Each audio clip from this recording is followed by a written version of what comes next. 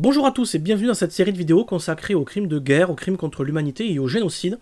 Et aujourd'hui, je nous propose un départ crime à Munich. Alors pourquoi Munich? C'est pas moi qui ai choisi cette ville, c'est Kamala Harris qui a cru bon, en février 2023, d'accuser la Russie, officiellement devant le monde entier, de crimes contre l'humanité à propos des actions russes contre l'Ukraine dans la guerre actuelle, qui dure encore au moment où j'enregistre cette vidéo, en Ukraine.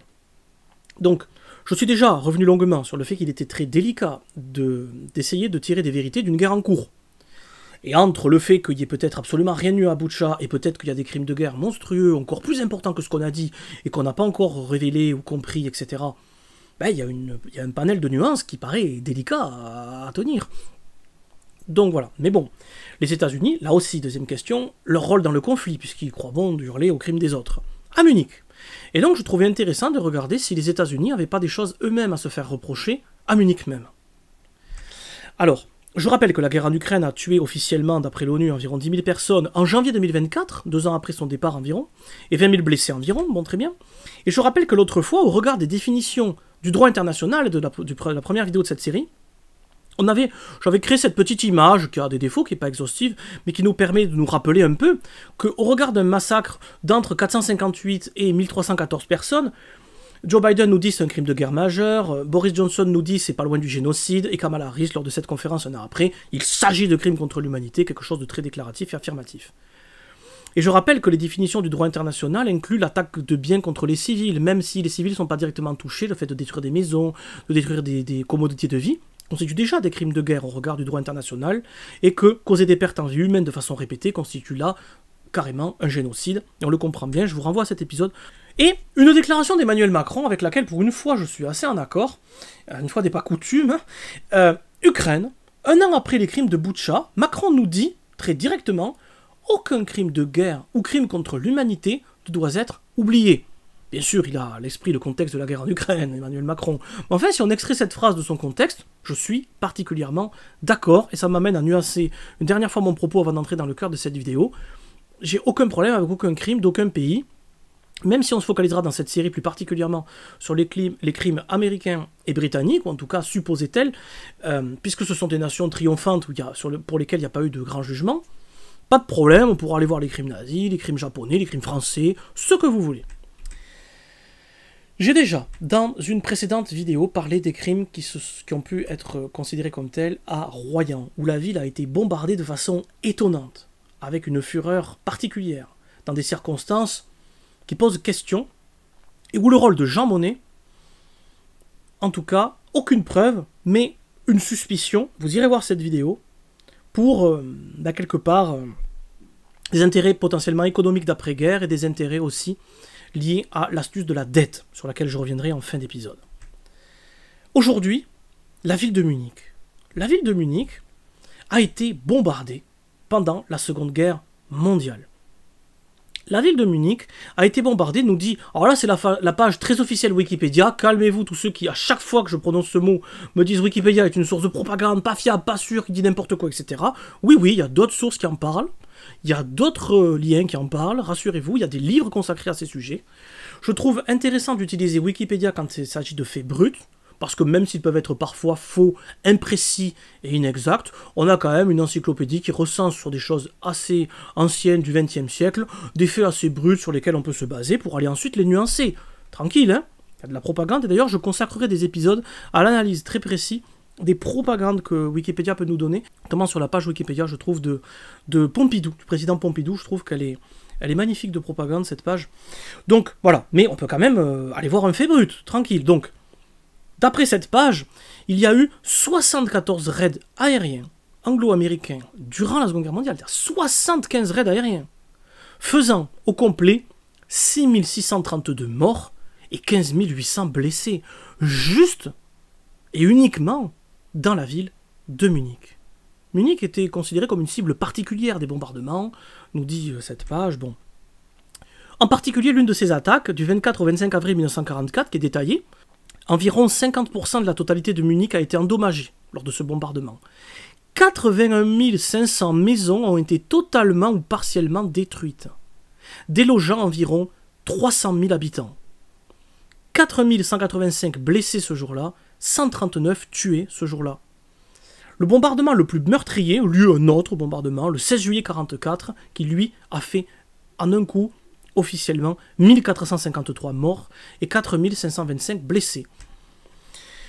En tout cas, au regard de ce que les dirigeants anglo-américains considèrent comme des crimes de guerre majeurs, génocide ou crimes contre l'humanité, on est là, il me semble, dans des proportions effrayantes. 6632 morts, 300 000 sans-abri, je vous ai dit, 81 000 habitations détruites. Un témoignage d'un site qui s'appelle l'Histoire en rafale.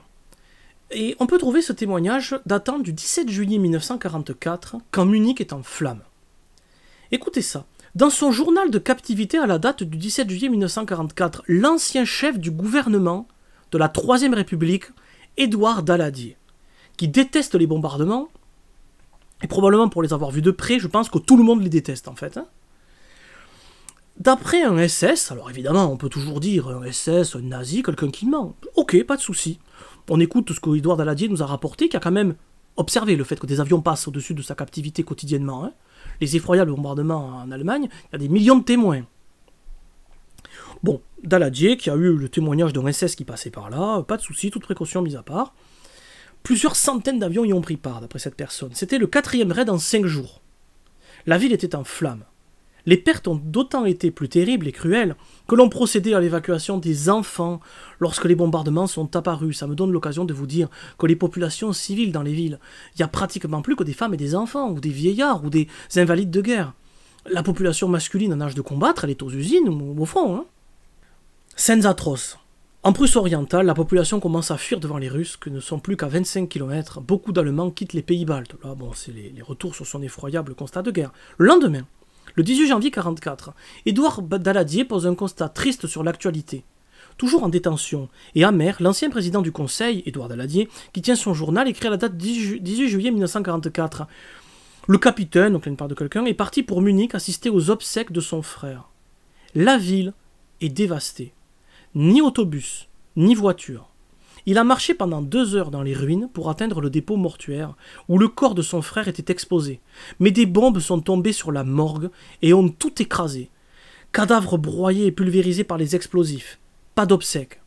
Ils sont rentrés hier. Là, la phrase a quelques soucis d'orthographe. Très démoralisés, on comprend évidemment pourquoi. Des images et des photos témoignant des ruines consécutives à ces bombardements aériens monstrueux que j'ai pu trouver sur internet. Ce sont des images authentifiées de la ville de Munich.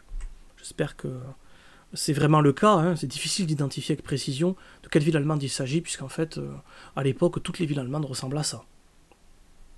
Il y a d'autres images encore. Vous voyez, on voit des zones où ça a été déblayé et des zones où ça n'a pas encore été déblayé. Voilà. Des bâtiments entièrement détruits avec des décombres qui font plusieurs mètres de haut et évidemment des pauvres gens ensevelis, par centaines, par milliers. Des actualités à ce propos, car ce sont des bombardements très actuels. Allemagne. 4 blessés à Munich après l'explosion d'une bombe datant de la Seconde Guerre mondiale. Et cet article date du 1er décembre 2021. Une bombe datant de la Seconde Guerre mondiale a explosé mercredi à Munich, sur un chantier situé à côté d'une ligne ferroviaire très fréquentée, blessant 4 personnes, dont une grièvement, ont indiqué les autorités allemandes. La découverte de bombes datant de la Seconde Guerre mondiale est encore fréquente en Allemagne. Voilà ce que nous dit cet article de I24, notamment sur des chantiers. Elles sont généralement désamorcées ou détruites par des explosions contrôlées, un processus qui entraîne parfois des évacuations à grande échelle par précaution.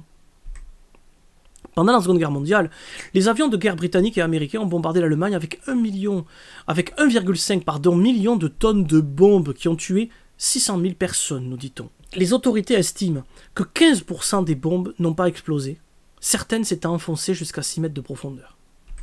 Un autre article, Euronews, qui nous dit à peu près les mêmes choses, je vous le dis parce que là il y a des informations intéressantes. L'Allemagne demeure truffée de bombes qui n'ont pas explosé, qui sont souvent découvertes sur des chantiers de construction, 76 ans après la fin de la Seconde Guerre mondiale. 7 bombes avaient ainsi été désamorcées en 2020, après avoir été découvertes sur le site de la première usine européenne de voitures électriques Tesla, qui doit voir le jour près de Berlin en 2021. D'autres l'ont été l'an passé à Cologne, Dortmund ou encore Francfort. Toute l'Allemagne est concernée par ce phénomène, et tout ceci pose Question. En effet, la stratégie de raser les unes après les autres les villes allemandes dans des conditions effroyables, parfois même alors qu'il n'y a pas vraiment d'usine, plus vraiment de travailleurs, et où l'atteinte à l'économie de guerre, quand ils se prétextent les anglo-américains, n'est pas vraiment probante. Beaucoup d'historiens se sont interrogés là-dessus. Dans des épisodes suivants, je vous montrerai des documentaires actuels, des historiens français, anglais, américains qui disent « Mais pourquoi s'acharner autant? On comprend mal, des bombardements après bombardements. » Certains, après que les Allemands aient évacué des positions militaires, alors que les commandements alliés connaissaient l'absence de troupes allemandes. Je vous rappelle le bombardement de Royan dans ma vidéo précédente, où il y avait très peu d'Allemands, et que ce sont principalement des civils français qui y sont morts. En juillet 1943, le bombardement d'Hambourg préfigurait l'horreur d'Hiroshima. Quelques textes à regard de... justement, pour que l'on voit ça de près, mais je reviendrai en détail sur tout ça dans d'autres épisodes. Les historiens s'interrogent également sur la décision des Alliés de poursuivre le bombardement de civils lors des 2 dernières années de la guerre, alors même qu'il était évident que l'Allemagne était sur le point de perdre. Les Alliés avaient bombardé Hambourg en croyant que cela mettrait fin au carnage. Là aussi, c'est un prétexte évident.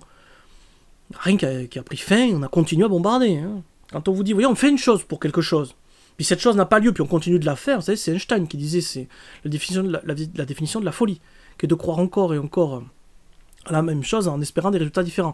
De faire encore la même chose, pardon, en espérant des résultats différents. Les dirigeants anglo-américains étaient-ils fous, ou avaient-ils d'autres enjeux que ceux qu'ils prétextaient? Mais l'ouragan de feu déclenché n'a fait qu'attiser leur désir de faire la guerre. Ça, c'est un extrait d'un livre, Les grandes erreurs de la Seconde Guerre mondiale, écrit par Olivier Viviorca. Je vous donne le site cam.info, qui vous cite cet ouvrage. Dans ses mémoires publiés en 1981, l'économiste John Kenneth Galbraith livra un aveu étonnant. À ses yeux, le bombardement stratégique avait été l'une des plus grandes, peut-être la plus grande erreur de calcul de la guerre.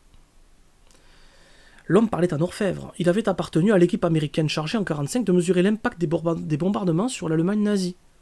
Or, les 208 études rassemblées dans l'United States Bombing Survey présentaient des conclusions nuancées, tout en admettant que cette stratégie avait contribué à la victoire. Elle soulignait qu'elle n'avait en rien été décisive en réalité.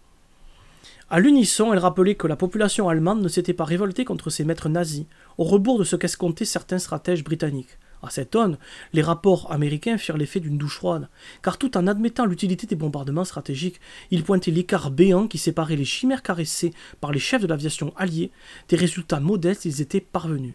Et je rajoute encore une fois que malgré cette constatation dès le départ de l'inefficacité de ces bombardements, ils ont été continués, ils ont augmenté en intensité jusqu'à la fin de la guerre. Tout ceci, je répète, pose question sur les enjeux véritables. Sont-ils ceux prétextés officiellement ou y a-t-il d'autres enjeux sous-marins? Dans ma vidéo sur la France en guerre, où je revenais sur le bombardement de Royan, je reviens également sur les confessions de quelqu'un, John Perkins, qui a, en tant qu'agent américain, bien après la Seconde Guerre mondiale, pratiqué des techniques impériales pour obtenir des pays des avantages dans l'intérêt de l'Empire américain. Et l'une de ces techniques de révélation sur la manipulation des économies du monde par les États-Unis se trouve être les prêts irremboursables. John Perkins nous explique, comme leurs homologues de la mafia, les assassins financiers, donc c'était son rôle à lui et d'autres personnes qui travaillent pour l'Empire, accordent des faveurs, lesquelles des prêts pour développer les infrastructures. Si l'assassin financier a bien travaillé, les prêts sont si élevés que le débiteur faillit à ses engagements au bout de quelques années. C'est alors que ces agents interviennent pour exiger des contreparties en échange de facilités de remboursement, mais on ne va pas non plus passer tout, hein. Et donc les pays se sentent tenus par ces dettes. Et il nous explique que c'est l'une des plus grandes astuces impériales que pratiquent les États-Unis.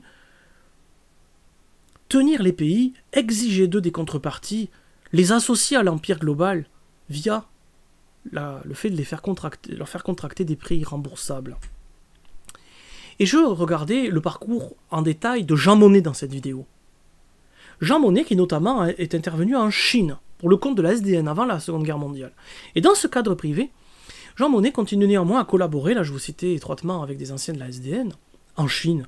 La question fondamentale de Jean Monnet est, là c'est d'après le site officiel de l'Institut Jean Monnet, comment créer localement les conditions d'émission d'emprunts internationaux à même d'attirer les capitaux étrangers nécessaires, écoutez bien, à la reconstruction de l'industrie et à des infrastructures.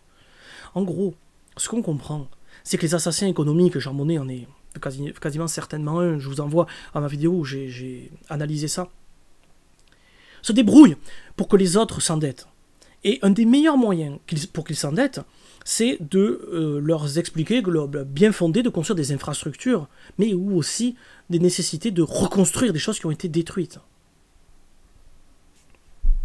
Alors, un moyen simple pour proposer des prêts en faveur des reconstructions n'est-il pas de tout détruire pour que les reconstructions soient nécessaires? Je pose là une question, vous savez, l'historien, on en discutait avec Laurent Ninger, l'historien, c'est avant tout quelqu'un qui mène une enquête. La notion de police est omniprésente. Histoire en grec, mener une enquête, je ferai peut-être une vidéo destinée spécialement sur l'étymologie du mot histoire, sur l'esprit des historiens, et sur la fonction d'historien, qui n'est pas un métier mais qui est une fonction, et qui se rapproche beaucoup plus de l'enquête que de quelqu'un de diplômé qui analyse des textes pour une institution universitaire. Alors, le résultat de cette enquête, pour l'instant, en tout cas, de mon point de vue, je ne peux pas tisser de conclusion, je peux que vous donner des éléments, et œuvrer dans le sens d'une thèse que vous jugerez absurde, ou en partie probante. Les Anglo-Américains n'essaient-ils pas, depuis bien longtemps, depuis un temps incertain, de détruire, de convaincre les autres, par d'autres moyens également, de reconstruire, de faire des infrastructures. Et pour ça, du coup, leur accordent des prêts, et se débrouillent pour que ces prêts soient trop lourds, irremboursables, pour ensuite exiger de ces pays, de ces structures, de ces entreprises, des contreparties, et de les tenir, de leur faire du chantage. Merci à tous, on reviendra par la suite sur d'autres crimes, d'autres situations, et j'essaierai d'analyser, comme je le peux, ces crimes, ces situations. Merci à tous, à très bientôt. Je rappelle que vous pouvez me soutenir et m'aider, je ne fais pas ça, j'ai besoin de vivre, et je fais ça gratuitement. Donc je ne peux pas vivre d'amour et d'eau fraîche, donc voilà, cliquez sur j'aime, faites ce que vous pouvez, ce que vous estimez pertinent. Je remercierai jamais assez les quelques personnes qui me donnent encore 5 € par mois, il y en a 4 ou 5, et toutes celles qui m'ont fait des dons ponctuels. Cette année, j'ai eu 4 ou 5 dons ponctuels, certains très importants. Donc je les remercie du fond du cœur. Merci à tous, salut, à bientôt!